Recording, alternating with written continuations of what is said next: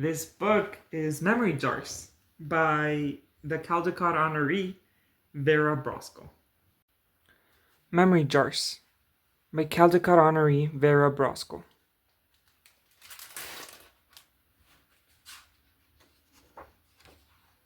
Memory Jars. On a hot, sweet, sticky July day, Frida went blueberry picking with her gran. But deep among the bushes full of fat blue fruit, Frida ate as many as she picked. Look at her stuffing her face with blueberries. They tasted like so sweet sunshine. They were the best right then, and they'd never be better. She ate them till her fingertips were purple, and her stomach felt like a giant blueberry. But there were still so many left. "I can't do it! I can't eat them all!" moaned Frida. "Calm down, French fry," said Gran. "We can put them in a jar and save them. I use them for my special jam every year. It was your grandpa's favorite recipe." Frida remembered her grandpa eating toast every morning with glossy purple jam on it, making sure it was spread all the way to the crust so every last bite was sweet. Frida remembered her grandpa. "So if we save the berries in jars, they'll be just as good?" asked Frida. "Yes," said Gran. "The jars keep them preserved for a long time, so we can eat blueberries in January if we like." Frida had an idea.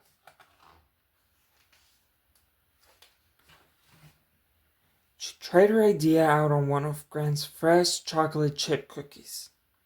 It was very, very hard not to eat. She put the cookie under her bed, said goodnight to Gran, and sort of slept. Look how nervous she is. The next morning, she checked, and it had worked. The cookie would be warm and yummy forever. She had saved it. Frida wondered what else she could save. Let's see. She was going to need a lot more jars. Look at her with all her jars walking down. Frida saved all kinds of things. Her warm cookie, the Halloween candy, a new stuffed animal, tag was still on, unbroken robin's eggs, poppies, unscuffed sneakers, brand new crayons, and a rocket pop, unmelted. Frida didn't want Jack, her best friend on the entire planet, to move to Arizona at the end of the month. Neither did he. They're sad they're going to separate. And now he wouldn't. Frida saved him by putting him in a jar. Look at that.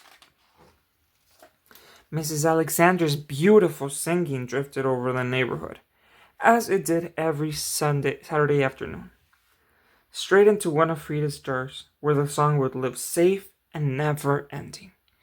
The cloud that looked just like a unicorn would never be pushed back into a mushy nothing by the wind.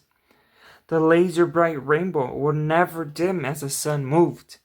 She put all of them into a jar. The full moon, her favorite shape, would never fade away and leave the sky empty and dark, making Frida feel alone. She took the stars while she was at it. Might as well, right? She was already up there. She just put the stars in her jar. Finally, Frida's favorite things were tucked away in jars. Everything would be saved and safe. It's just the same. Forever. She has everything she's ever liked in jars. Almost everything. She's asking her grandma, look. "Please?"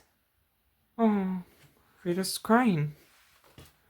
"Well, all right, French fry. Anything you like." Grandson, yes. The neighborhood is very quiet as Frida and Gran left home. Look, the plants are starting to die off. All the savings had made Frida hungry. Look, all that she saved, now she's hungry. She's putting the bread in the toaster. The toast was warm and crunchy, but it was missing something. Something sweet. She spread the jam all the way to the edges. It tasted like... This is what it tasted like for her. Picking blueberries with her grandma, catching the stars, eating popsicle with her best friend, drawing under the sun, a rainbow, playing with frogs in the lake, and spending time with her gran and grandpa. This is what the bread reminded her of. Frida remembered. She went to her grandma's arms. On a cold, blustery day in December, Frida had breakfast with her gran. "Whoops, we ran out of jam," said Gran. "Don't worry," said Frida. "We can make more next summer." Then she took a bite. It was delicious, just like she remembered. The end? She's giving a toast to her friend. He's still in a jar. At the end of the book, they give us blueberry jam recipe. Wow. Look, we can make it on our own. For Judy. Memory jars. This book is really important because it tackles the issue of grief with children, and it tackles the issue of memories. And a lot of children have that fear growing up when they lose the loved one of losing that memory. And this book really tries to tackle that and explain that memories can't be just kept in the jar. Memories are experienced, and memories that were really important never go away as long as you put in the effort to remember them and you put in the effort to love that loved one with all your heart.